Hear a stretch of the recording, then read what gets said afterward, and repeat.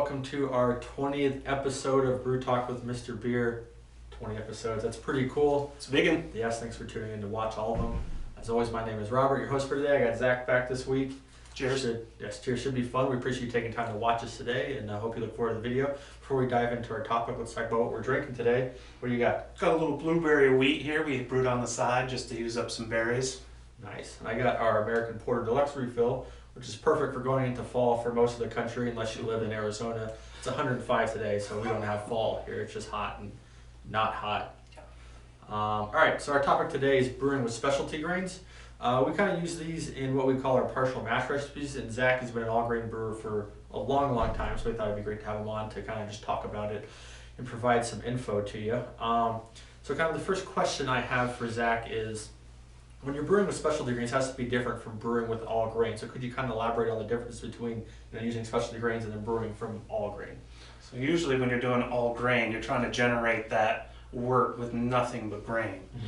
So in our instance, we are actually just using the grains for flavor. So we don't need all that extra grain to make the sugary wort, because Cooper's has done that for us. So what we're just trying to do is darken it or add flavor. Yeah, makes it easy. Yes. All right, so how can the volume of grains that you are using for steeping affect the beer? Is there like too much, too little, something you can do in there to kind of, if you want to experiment on your own? Yeah, definitely. For color in particular, once you go too dark, that's it. Yeah. So you got to be careful. I always start little, work my way up, take a recipe through a couple of batches, 2 to 3, to make sure I can get that there. And then as far as flavors go, yeah, things like crystal can add like cloying sweetness if you go too high. So I always start with just like a 4-ounce pack in our size, the 2¼ gallon, and see what it does before I up it in. Yeah, I think this is going to be totally off topic from what we're doing, but you brew a lot of cloning recipes and you brew things, but there's always multiple iterations when you're playing with something new to find something that you like. Yeah, exactly, because especially when you're trying to tie it to an existing flavor profile, because then you can literally just taste one and then the other and see if you got it. Yeah. So you might not ever get on the first try if you're playing Brewmaster out there and doing your own experiments. It takes a few tries to get it right. Okay. Nothing comes off in version 1. No. Very true.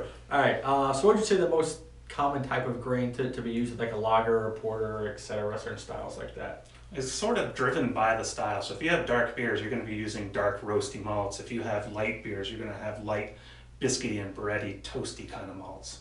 So it's just either a matter of matching the style you're going for, or knowing at least what you're doing when you're playing with it to get the flavors you're looking for. Gotcha. So yeah, if you're brewing a lager, you wouldn't use like chocolate dark malts, because that's probably not going to end up to be a lager. There are black lagers out there, that's true. But yeah, I mean, it's open for experiment. If you're trying to match style, you're going to try and match color. If you're playing and you like a dark beer, but you don't like certain aspects of it, it lets you play and modify it to be your own. Nice. All right, so what would be a good base grain for someone to use if they kind of just want to experiment with like different hops in the boils? They want to get a little steeping grain in there, and they want to do a few variations of hop boils to see the hop flavors. And usually it seems like steeping grains can be a good base for kind of some of that stuff. To a point. If you're trying to make like an IPA or something real hoppy, you don't necessarily want much more than just a pale base. Mm-hmm. You want those hops to shine. But if you are trying to add a little extra biscuit or a little bread or toast, or if you just want it to be dark, that'd be perfect. But I would stay away from the crystals in hoppy beers, because they tend to add oxidized flavors, wet cardboard and kind of gnarly stuff like that. But anything else is pretty much on the table. Yeah. So you can play around, put a 4-ounce, put 8 ounces of something in there, add a little corn to your lager, make a cerveza. It's kind of just seeing what was used before, because a lot of these recipes are just based on a region. Yeah. So if they had this grain in that region, give it a try. Give it a try, and you're good to go.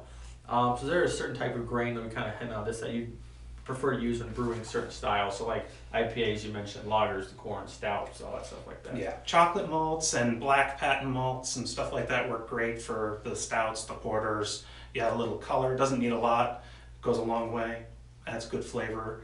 But in the lagers and the pales, you're really trying to get that clean malt finish. So you don't necessarily want to go hog wild with it, but play and see, and just kind of aim that way. See what you can do. Yeah.